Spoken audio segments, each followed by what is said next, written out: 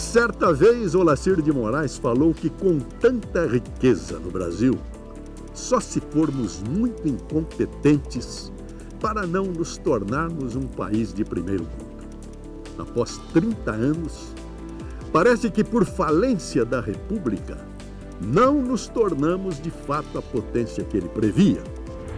Mas para quem não conhece ou nunca ouviu falar de Olacir de Moraes, vale lembrar, foi ele o empresário brasileiro considerado o rei da soja, o maior produtor individual desta tão almejada leguminosa no mundo inteiro.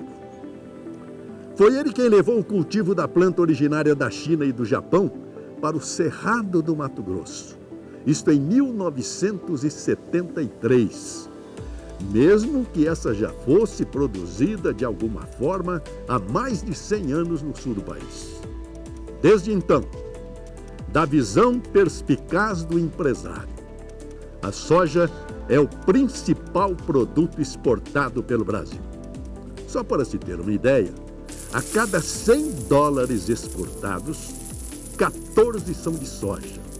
Um mercado em evolução constante, que alia tecnologia de ponta, mão de obra qualificada e associações preocupadas em pesquisa e melhorias. Uma cadeia que movimenta 70 bilhões de dólares, com algo superior a 113 milhões de toneladas ao ano.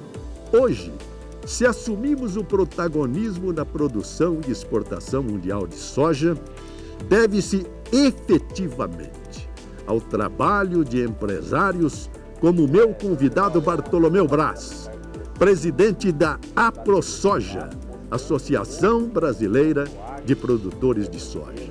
Ele, um jovem de 55 anos, acredita que, além de país do futuro, deveríamos carregar a alcunha de país da soja, pois se o Brasil não chegou ao primeiro mundo, a soja já chegou.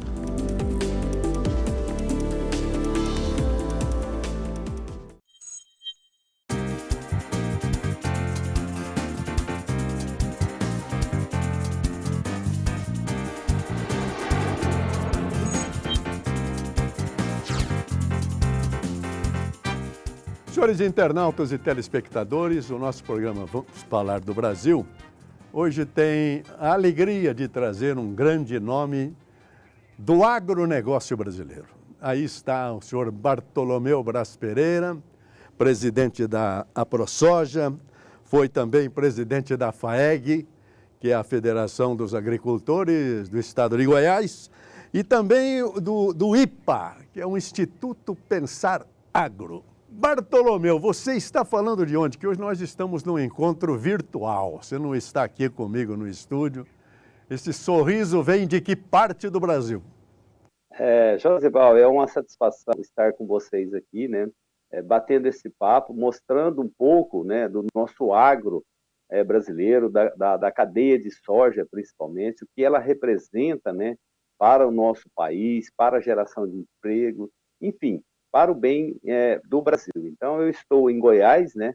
Eu estou no município aqui próximo a Brasília, no entorno de Brasília, justamente no campo de produção, plantando milho, colhendo soja e plantando milho ao mesmo tempo. Então, esse é o nosso papel nesse momento, Josebal. Ok, mas você é goiano ou é um dos aventureiros que foram para o Brasil Central e mudaram o país? Eu sou quase goiano, eu sou de Minas Gerais, né? Minha família Sim. é mineira, nós viemos para cá no meados do século passado, meus pais, e eu estou aqui também, também de fora, mas muito próximo aqui, né? As mesmas culturas, mesma cultura, mesma raiz aqui. Bartolomeu, eu fiquei impressionado quando eu li sobre o IPA, o Instituto Pensar Agro, e vi que com mais de 40 entidades que o integram, é uma entidade que tem uma importância muito grande no esclarecimento do parlamento brasileiro, é isso? É isso, Joseval. O IPA é o Instituto Pensar Agropecuário, né? É o instituto que pensa pelo setor, né? Ali são desenhados e projetados, né, o que é de interessante para o campo, temas que são debatidos, projetos de leis que entram no Congresso Nacional, que precisam ser modelados, né? E o Instituto IPA, ao qual tem mais de 40 entidades, 45 entidades do agronegócio brasileiro, não somente da agropecuária, ali envolve a indústria também, envolve algumas instituições como Sistema S, de banco, enfim. Então, tudo que o agro debate está ali dentro do IPA. Então, a gente analisa projetos, coloca projetos tanto no Senado como na Câmara dos Deputados também junto aos ministérios, né, nós temos uma ação direta dentro dos ministérios, todos os ministérios aí que são mais ligados, o MAPA, o Ministério da Agricultura, o Ministério da Economia, o Ministério dos Transportes é um que a gente solicita bastante devido ao fator logística do país, Ministério do Meio Ambiente, enfim, são vários ministérios, né, e hoje também os Relações Exteriores, né, um dos ministérios que está tendo bastante proximidade com a gente, né, nessa semana mesmo eu fiz uma webinar com a Embaixada da Itália, onde a Itália ela aumentou, né, no ano, mais de 170% a importação dos nossos produtos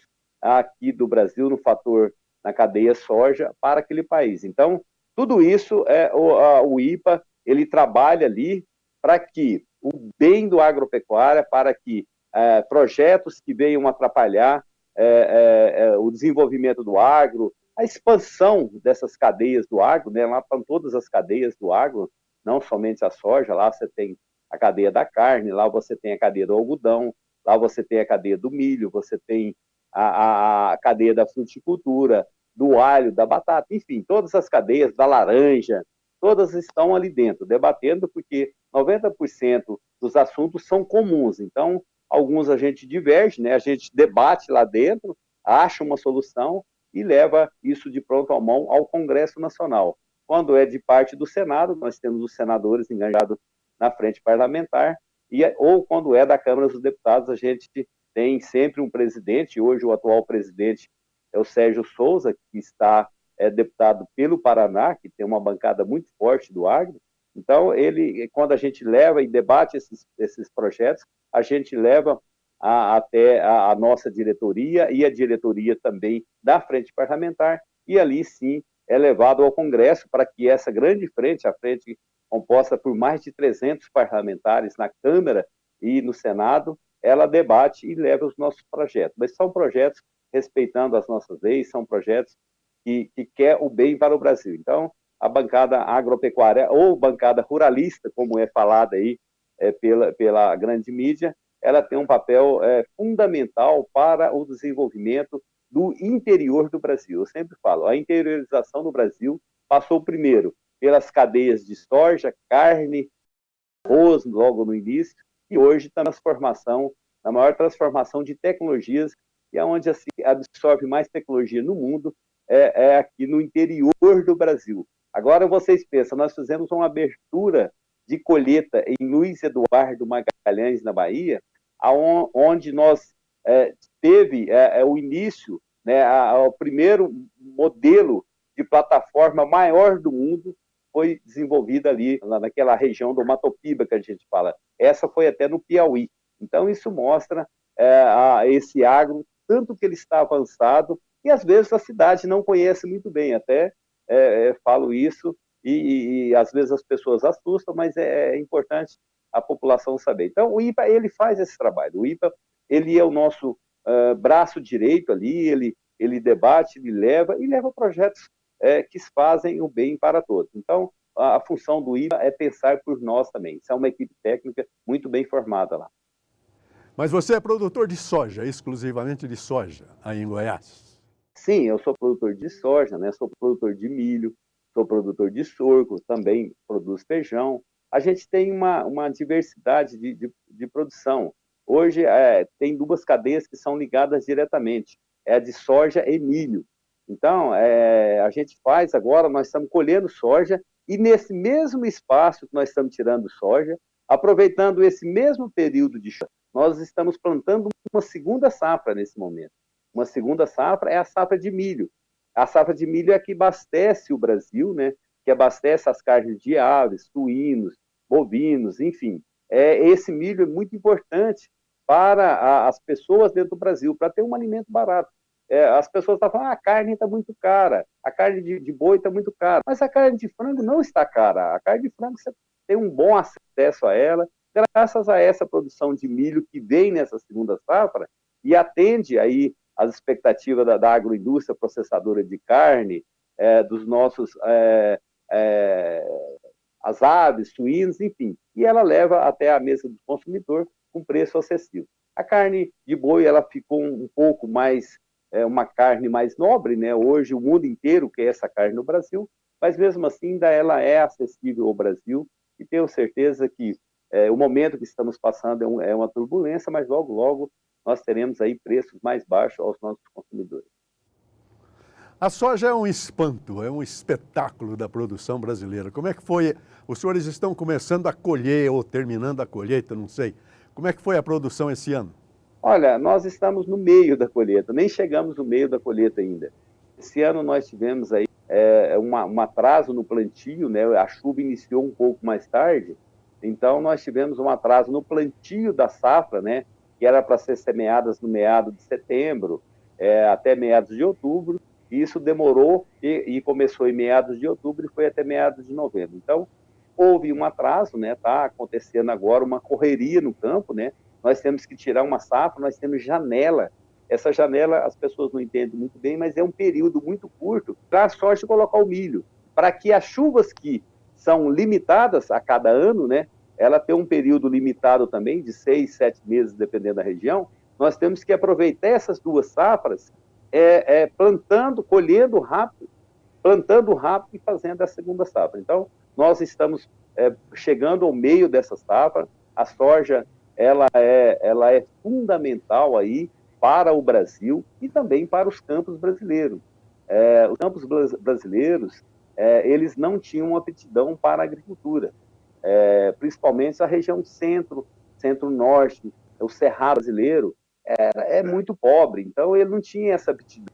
Então, graças à soja, né, graças à pesquisa e esse produtor rural que tem essa capacidade diferente de todo mundo de produzir em solos que praticamente não são viáveis. E aí transformou esses cerrados, né, em terras pobres para terras ricas, né, terras que levam alimentos com qualidade hoje a mais de 150 países do mundo. Então, esse é um fator muito importante para a soja no Brasil. A soja, eu digo que sem ela, nós não seríamos esse grande país produtor de alimento no mundo hoje, com toda certeza. E é lógico, sem esse produtor, porque eu sempre falo, esse dia nós estávamos debatendo aí sobre vendas de terra para estrangeiros, se vamos vender ou não. Eu falei, olha, o que nós temos de melhor aqui não são as terras, são os produtores rurais. A exemplo disso, cito o Paraguai. O Paraguai só houve desenvolvimento na soja depois que os produtores brasileiros foram para lá. Então, a gente tem um diferencial aqui, que é esse homem do campo,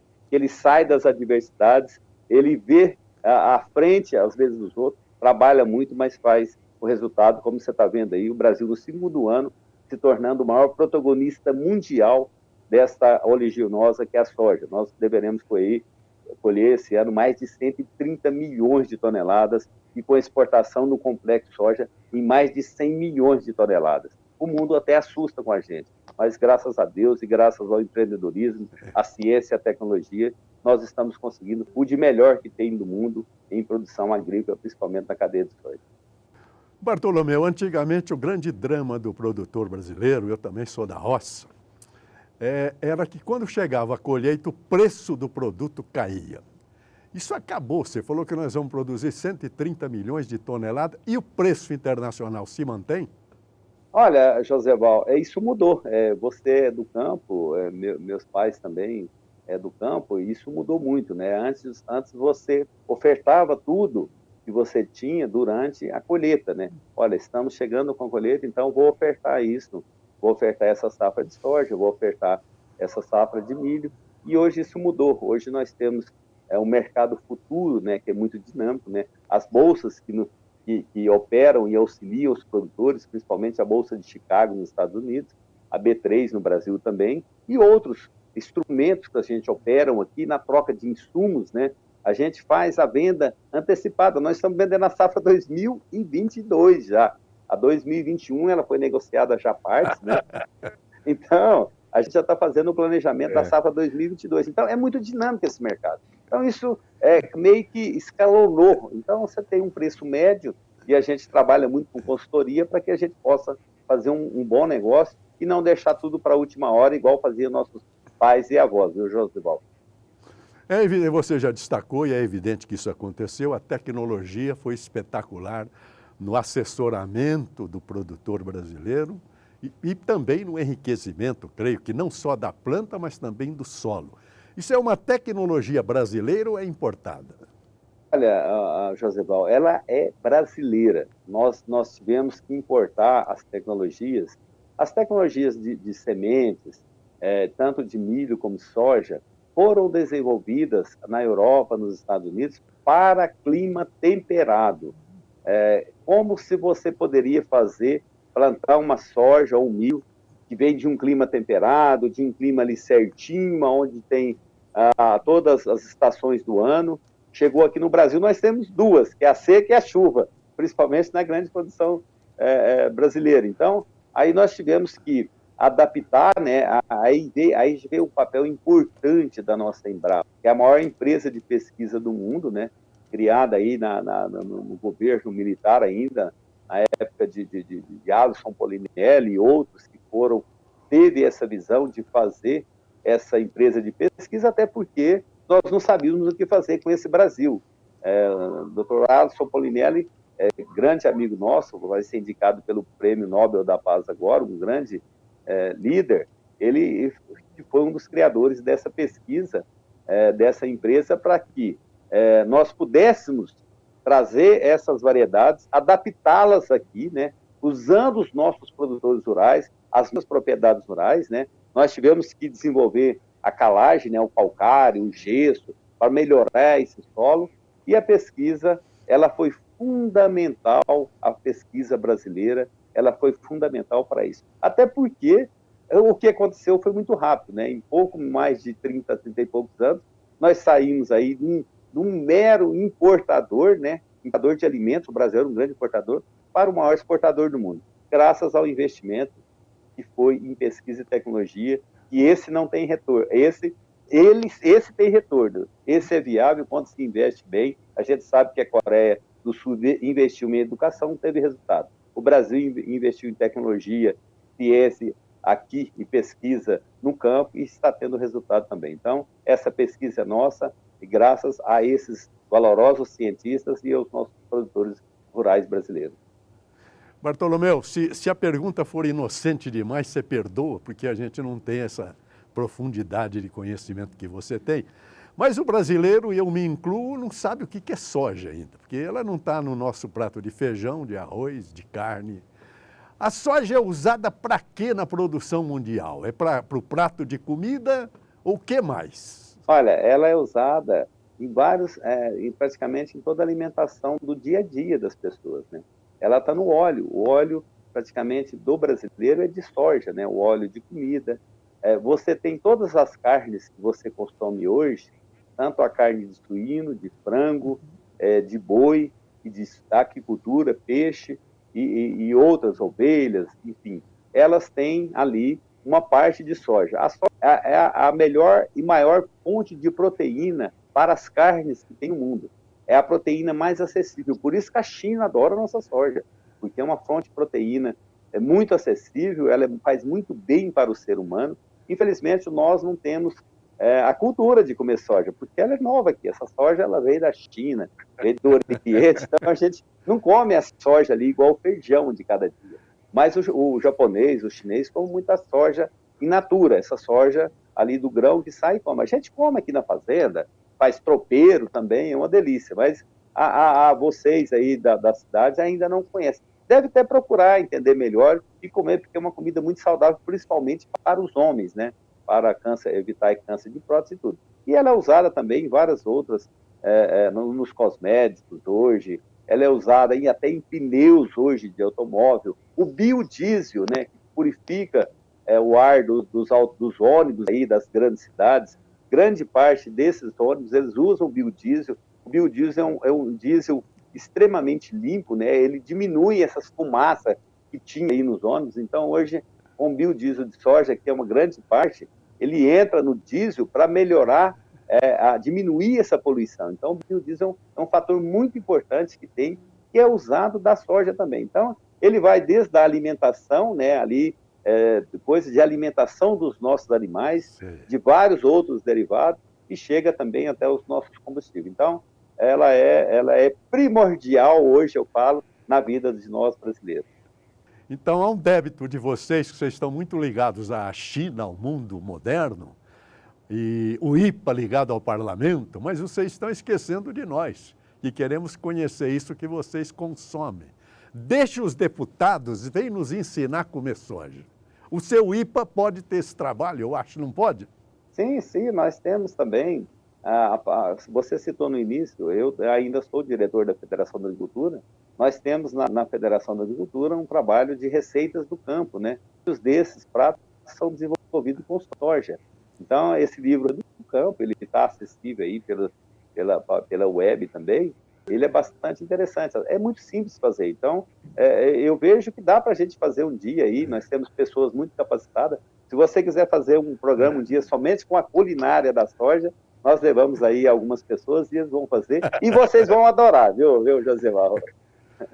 Não, eu estava pensando em levar você para Ana Maria, no Mais Você na Globo, para ensinar a receita de soja para nós, ela que é especialista nisso. Mas deixando de lado uma última pergunta, porque nós vamos tratar também de outros produtos, para a curiosidade brasileira. A soja é um alimento, é um produto natural, ou ele é transgênico, há muito tóxico, muito veneno para matar as pragas da soja? Como é que é isso na produção?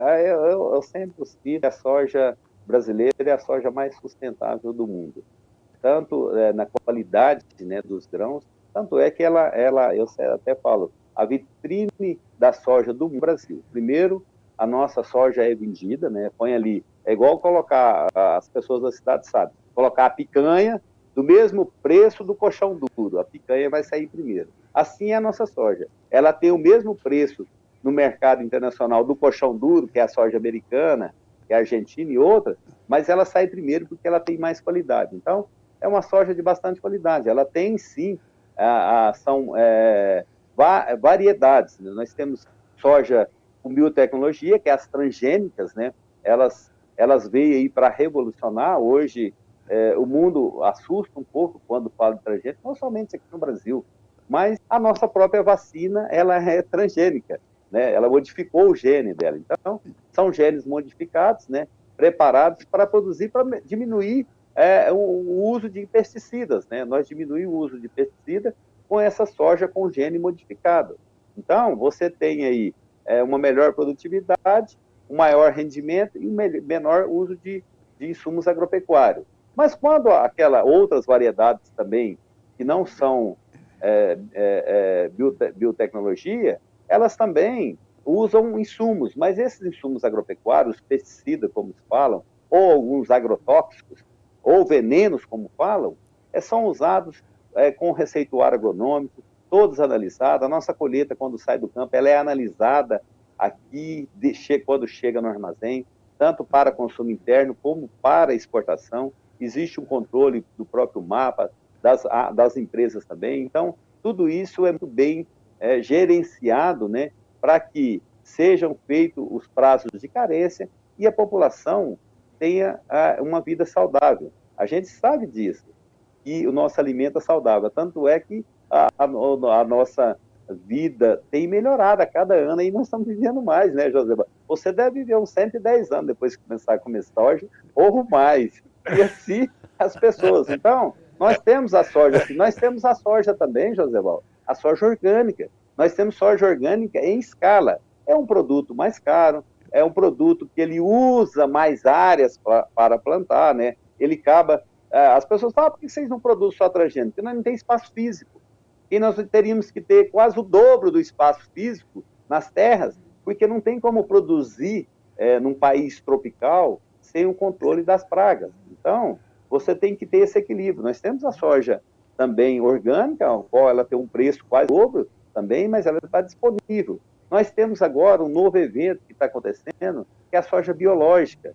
A soja biológica, ela está vindo aí com grande força, os nossos produtores têm trabalhado muito sobre como desenvolver essa soja, produzindo essa soja, e isso vai trazer uma economia ao consumidor e menos insumos pesticidas. É a soja biológica, ainda nós estamos fazendo em consórcio com outros produtos pesticida, mas alguns produtores estão fazendo 100% biológica, e em escala, e não perdendo produtividade. Então, o campo, ele inova, ele sempre está inovando ali dentro. Às vezes ele não aparece, mas logo, logo vai vir um resultado, e eu tenho certeza que vai ser satisfatório. Então, a soja é um alimento seguro, a população pode ficar tranquila. As carnes que são usadas, a matéria-prima da soja, os óleos, são saudáveis, são todos examinados, passam por certificação, passa por os maiores rigores europeus, asiáticos, americanos. Então, pode ficar tranquilo. Quando chegar uma soja na sua mesa, dona de casa,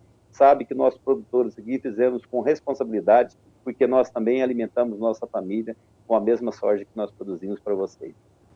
Uma última pergunta nesse primeiro quadro aqui do nosso programa, vamos falar do Brasil. Vocês têm todo o amparo do governo, da estrutura de governo, para esse contato internacional na venda do produto? Sim, sim, nós temos um contato diferente que as grandes mídias aí colocam, e alguns organismos internacionais, ONGs, enfim. O próprio Emmanuel Macron fica atacando a gente, o Joe Biden também começou a atacar, mas são fatores políticos ali que desejam, nos seus países, ver o Brasil como o país mais competitivo na produção agrícola, tanto é que os tutores deles são altamente subsidiados naqueles... E quando ele vê nós aqui, sofrendo aqui, porque quando você fala assim, saiu um plano agrícola, ele cobre somente 25% das áreas agricultáveis do Brasil. O restante vem desse dinamismo, do recurso próprio, do bolso, vem dos mercados internacionais.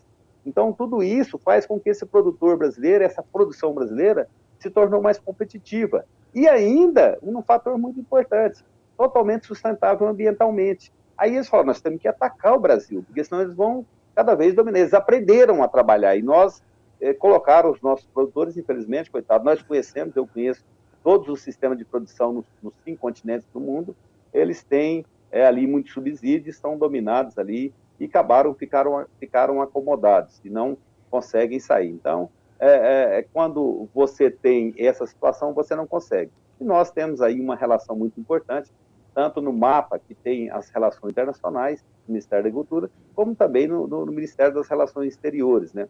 Nós trabalhamos diretamente com essa parte de imagem, né? De informações precisas.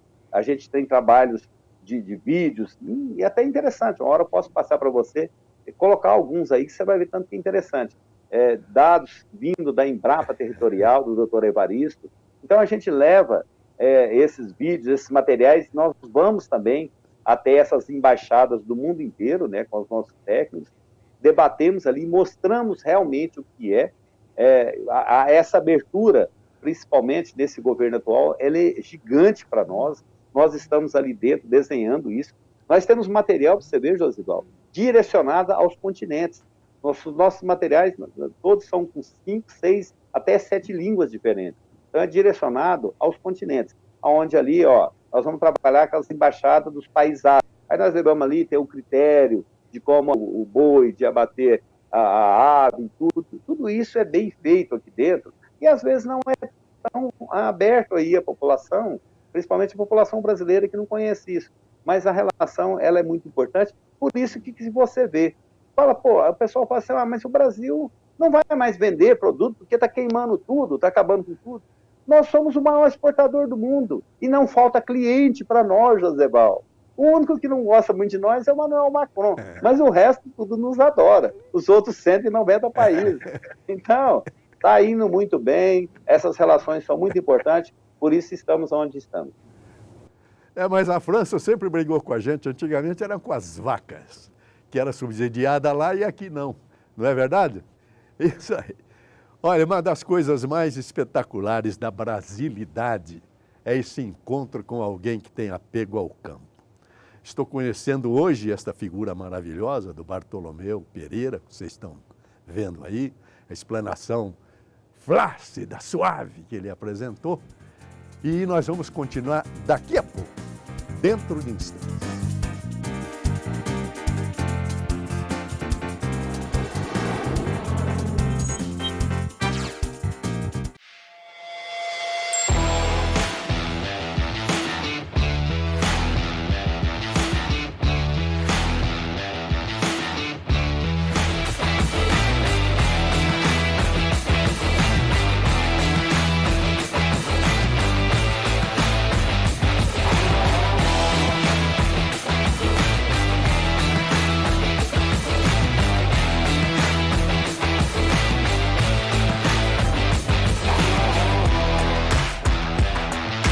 Hoje eu estou aqui para entrevistar você, José Walter. Isso é verdade? Prazer estar com vocês aí, muito grande, principalmente falar do Brasil.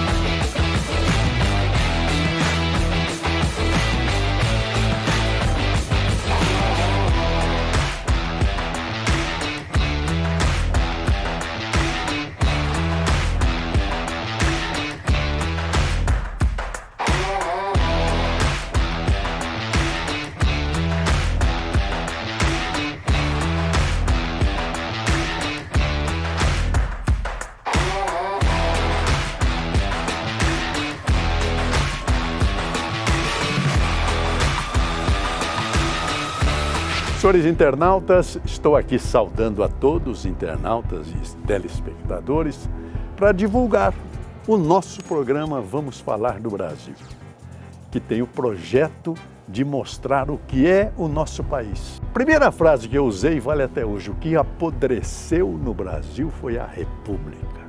A nação continua incólume, intacta. Nossos artistas, nossos industriais, nossos agricultores, nossas mulheres, todos constroem essa nação com orgulho e com grandeza.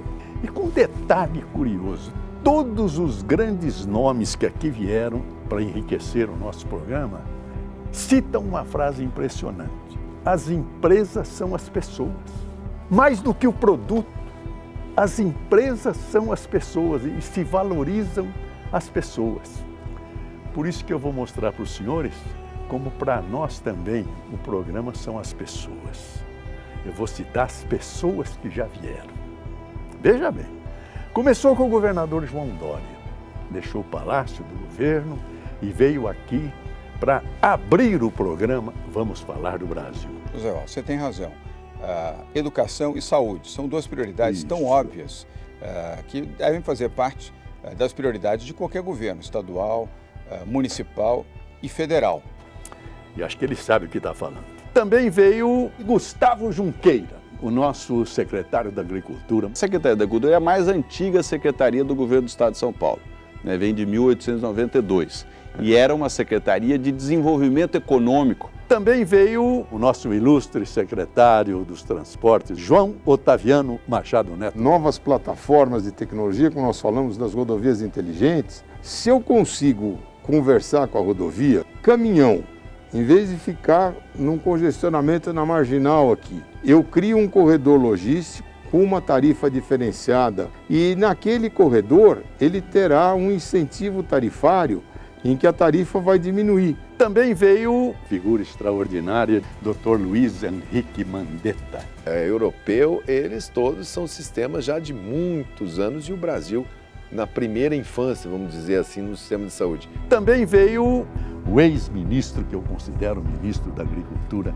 Roberto Rodrigues, que vai nos dar um show da história da vida e da natureza. Daqui a pouco vamos ter colhedeiras andando na roça, colhendo 3, 4 colhedeiras manejadas por um único operador no escritório, via satélite.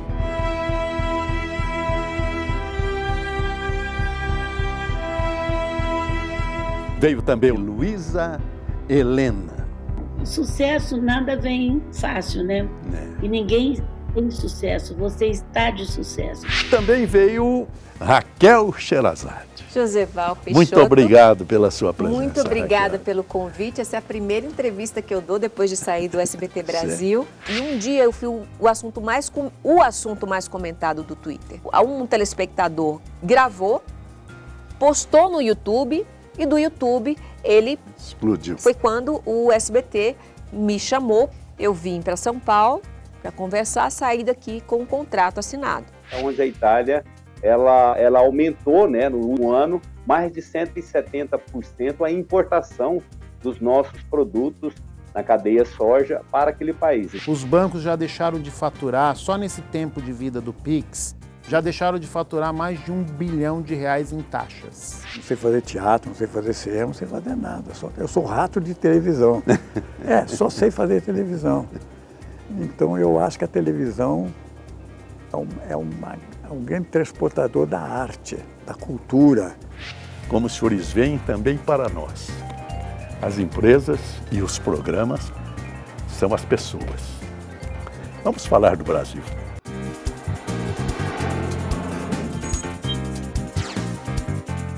Senhores internautas e telespectadores, estamos voltando para a segunda etapa do nosso programa Vamos Falar do Brasil, com o senhor Bartolomeu Braz Pereira, um produtor goiano, ligado ao IPA, que é o Instituto Pensar Agro, e um homem que profundamente conhecedor do tema que ele apresenta. Bartolomeu, mas antes de seguir, você falou aí no plantio de milho, logo na sequência do plantio da soja. O milho antigamente só dava a espiga no mês de dezembro para fazer pamonha. Como é que vocês produzem milho no meio do ano? Tem 2 safras? Sim, nós temos 2 safras, né? É um fator determinante para o Brasil ser mais competitivo. Eu sempre falo, ninguém no mundo consegue fazer 2 safras ou até 3 safras. Nós já estamos fazendo uma 3ª safra, Joseval, que é a safra de boi. Plantamos a soja, né, em setembro, outubro, tiramos a soja em janeiro, fevereiro e março, e nós plantamos o milho e sorgo e outras culturas que são importantes para a alimentação dos animais. E quando em junho, julho, nós colhemos, né, e já vem ali em consórcio a braquiária ou outra gramínea, que vai ajudar na alimentação no boi, nesses 2, 3 meses que antecedem aquela safra que vai ser plantada novamente. Então, quando você vê isso, quando um americano, um europeu, vê isso acontecer no Brasil, com tanta dinâmica e tanta qualidade, eles assustam. Quando nós trouxemos aqui alguns asiáticos, explicava isso, falava, nós estamos colhendo e plantando. Ele falava assim, não, vocês não estão gradeando, não estão arando a terra, como vocês estão plantando? Eu falei, isso é o nosso sistema de plantio direto na palha, que ele é o maior fenômeno que aconteceu aqui no Cerrado. Quando você tem aquela palha, né, antigamente tinha roça de touca ali, destoqueava, né, Joseval, e plantava ali o milho e o feijão garrado nele ali, e sabe, não, hoje você tem as tecnologias, o sistema de plantio direto, a palha fica ali, você consegue manter todos os micronutrientes naquele solo, e você tem uma segunda safra de milho, que é essa que eu estou falando, que você me perguntou, aonde ela tem um período muito curto de chuva. Mas o que faz ela dar o milho? É esse sistema de plantio direto, onde você põe a palha ali, vai acumulando palha há vários anos, e mantém aquele solo úmido, né, aquela reserva de água. O Brasil é o país que mais aproveita a água no mundo. Isso nós temos dados científicos que mostram isso. O Brasil mais aproveita a água e que mais segura a água. Então, você segura a água no campo ali, aquela água que poderia ser ido de enxurrada, ido para os rios, ia para o mar, ela fica no solo ali, você produz a segunda safra de milho com pouca chuva e ela abastece aí a pamonha que você falou, ela vai chegar aqui só em maio ou junho, Joseval. Então, aquela pamonha não é lógico, nós temos o milho verão também em algumas regiões do Brasil. No Rio Grande do Sul você tem parte de Minas Gerais, mas muito pouco. A grande safra de milho, você vê, nós vamos produzir mais de 110 milhões de toneladas. Quase 85, 90 milhões vem dessa segunda safra. Apenas 25 milhões produz aí nas áreas irrigadas e nessas grandes áreas, nessa safra verão. Mas a pamonha agora, Joseval, a gente come em São João mesmo, né, junto com os nordestinos, que nós plantamos também mais tarde aqui, viu? Bartolomeu, eu fico impressionado quando vejo as imagens das máquinas brasileiras em fila de meia dúzia, 8, 10 máquinas monstruosas, fazendo a colheita da soja, do trigo, do algodão também. Porque eu sou do tempo da enxada, não é? O tempo do que o caboclo chegava, o tempo do colonato, que o patrão perguntava, sua família são quantas enxadas? E colhia mais a família que tivesse maior número de enxada.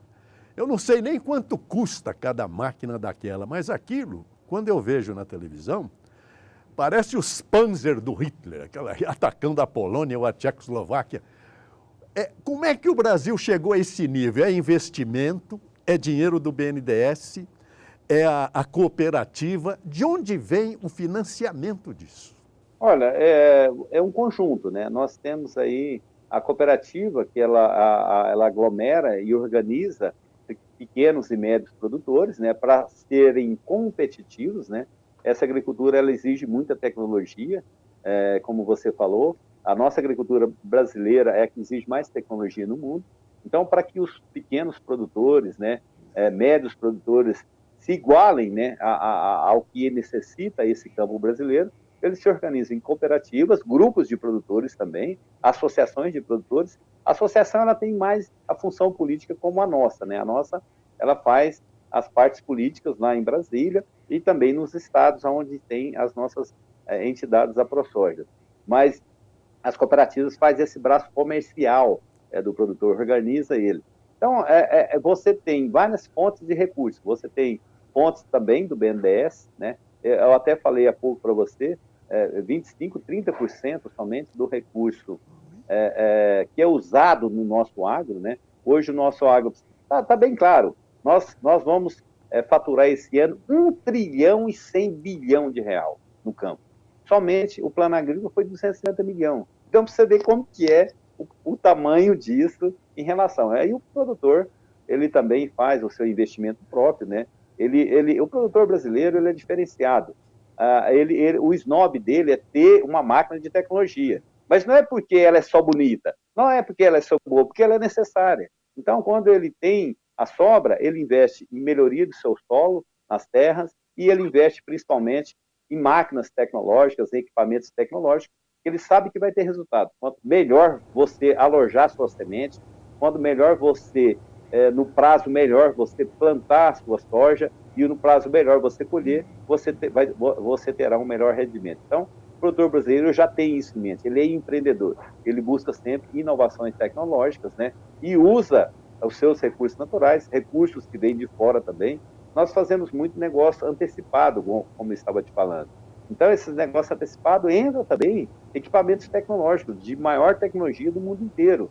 O Brasil hoje não perde em tecnologia para ninguém, nem para o Cornell Bell, lá nos Estados Unidos, que é o maior centro de tecnologia do mundo, não perde para a Europa jamais, a Europa ficou ultrapassada, a Europa já ficou velha em tecnologia, ela não perde para ninguém a tecnologia do Brasil. Por quê? Porque esse produtor, ele busca sempre inovar e melhorar seu campo. Por isso você vê aquelas máquinas mesmo, Jazela. Aquelas máquinas custam 1 milhão, 1,5 milhão, 2 milhões, 3 milhões, 4, até 5 milhões de reais, uma máquina daquela que faz um serviço para muitas e muitas pessoas e com qualidade. Então, hoje a vida do campo melhorou muito. O funcionário do campo, ele melhorou muito. Hoje você tem, graças a essa tecnologia, graças a esse desenvolvimento, você tem uma qualidade de vida e um salário muito bom no campo. Eu sempre falo, e a própria FAO nos disse isso. A gente de IDHs, principalmente do interior do Brasil, nos municípios onde se planta soja, o IDH desses municípios, depois de 10 anos de história, sai de baixo e muito baixo para alto e muito alto. Então, o IDH não é produtor rural, o IDH é a dona de casa, é a loja de perfume, é a costureira, é a manicure, é todos que envolvem ali, naquelas cidades que brotaram no interior do Brasil, e tudo isso graças a esse investimento em tecnologia e de melhoria de vida dessas pessoas. Por isso, o interior cada vez mais é importante para o Brasil, igual está acontecendo agora. Se não fosse o interior, a cidade nesse momento estava balançando, viu, José Valdo?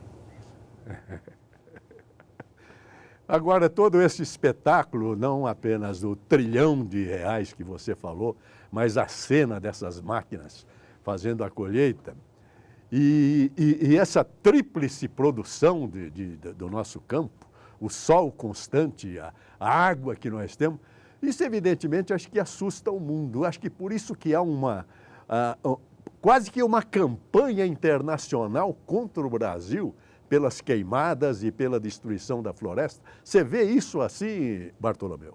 Vejo isso muito como algumas ações políticas, né? Como mencionei aqui no início, alguns ONGs que estão aqui no Brasil que têm outros interesses e não de melhorar a vida da floresta, menos queimada. A gente vê que eles têm outros interesses e a gente fica um pouco assustado com como essa imagem nas grandes mídias é passada para o resto do mundo. Então, a gente está muito com isso. Nós, as associações, gastamos muito com isso, porque nós precisamos mostrar que aquilo não é verdade. E o que está aqui no campo é muito bem feito. Aqui existem leis, né? Leis que estão sendo respeitadas, né? Hoje, para você ver, as pessoas falam, a soja vem do desmatamento. Menos de 1% dessas áreas são áreas que houve desmatamento e que ainda não sabe se é legal ou ilegal. As 99% são áreas consolidadas, respeitando as nossas leis brasileiras, respeitando o Código Florestal. As pessoas da cidade tinham que entender que o único país do mundo que existe Código Florestal é o Brasil, onde você deixa de 20% a 80% da sua propriedade em prol do meio ambiente. E ainda mais, quem zela dessas áreas somos nós, sob responsabilidade de multas pesadas. E um outro fator que a gente vê muito é as queimadas. Nós, no campo hoje, o maior tesouro que nós temos é a palha, são as nossas florestas. Então, a gente tem brigadas de incêndio, bancada por nós mesmos, com essas aeronaves, que no período da seca, nós bancamos ela emergencial, apagar incêndio que vem nas margens da rodovia. 90% dos incêndios vem nas margens das rodovias, infelizmente. Então, isso causa um desequilíbrio muito grande e a gente sofre muito nas queimadas. A gente sofre muito apagando incêndio que não é nosso.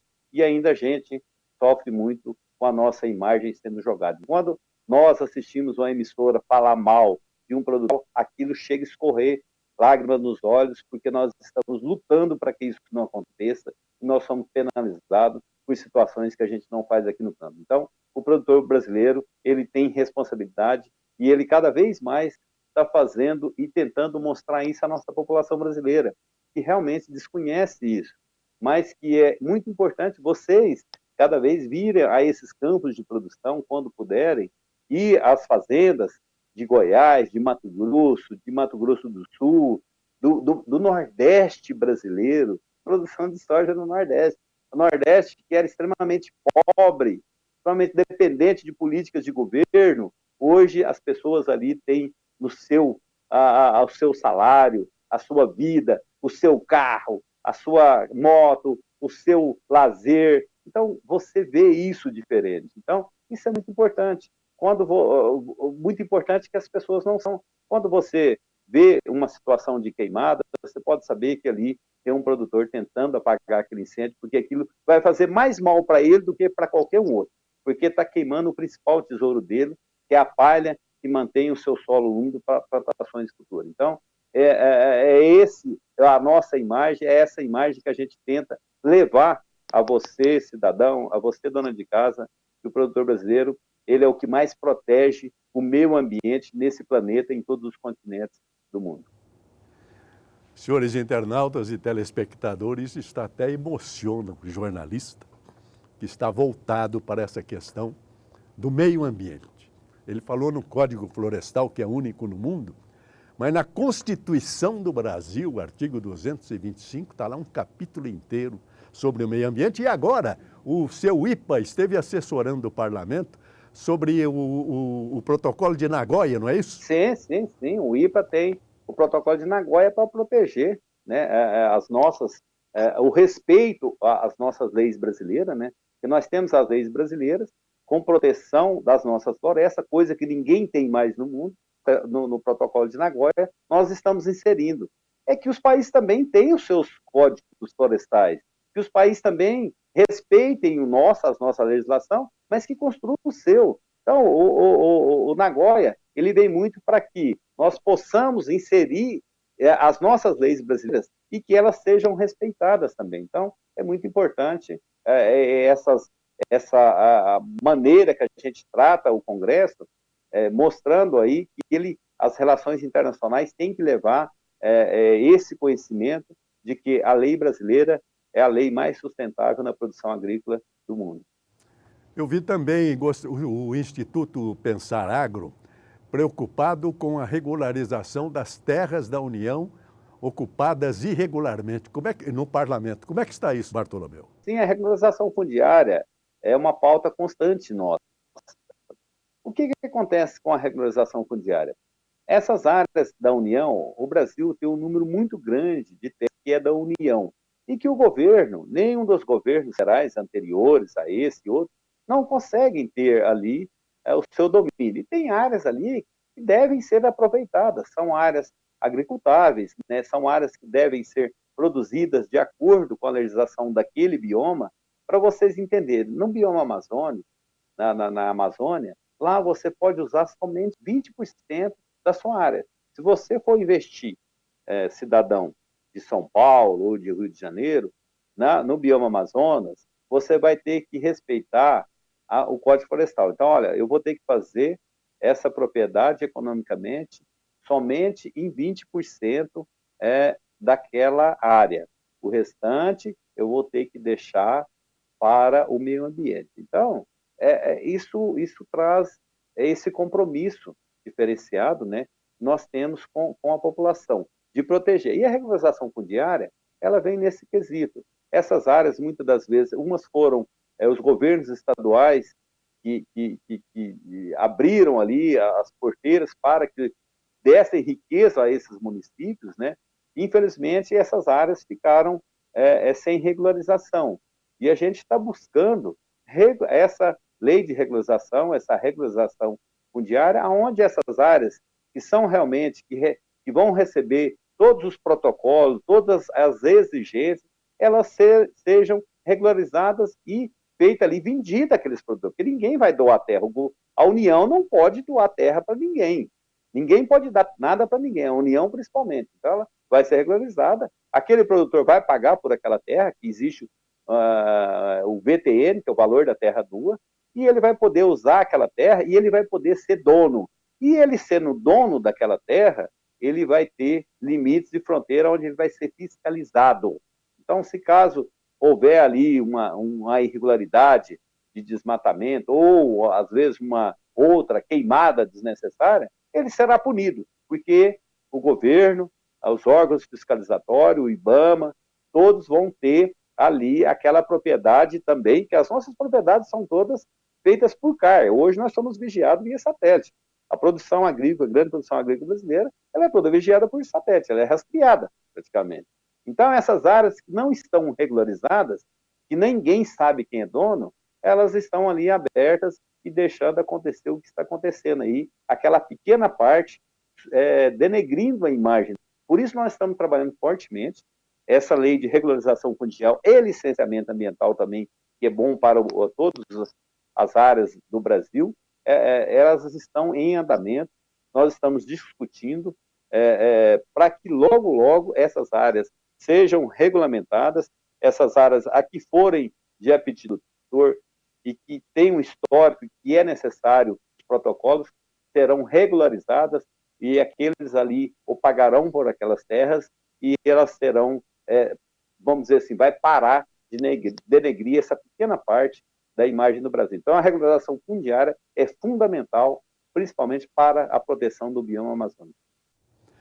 Muito bem, talvez aí eu faço um meia-culpa, a imprensa às vezes vê o lado negativo da coisa, isso que ele acaba de falar sobre a regularização de terra, às vezes aparece na imprensa como projeto da grilagem, quer dizer, deformando algo que é outra coisa, é a implantação e a regularização da presença do produtor nas áreas brasileiras. A mesma coisa com as estradas.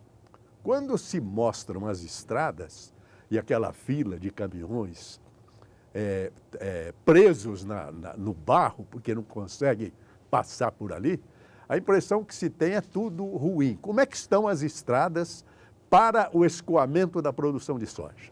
Olha, nós temos várias regiões que estão muito bem.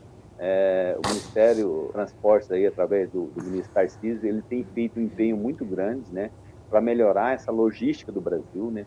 Um dos fatores que nós precisamos de melhorar muito, Josival, é os modais, né. Os nossos modais aqui foram criados na época do nosso saudoso Juscelino Kubitschek para rodoviário, né, e o nosso país é um país continental.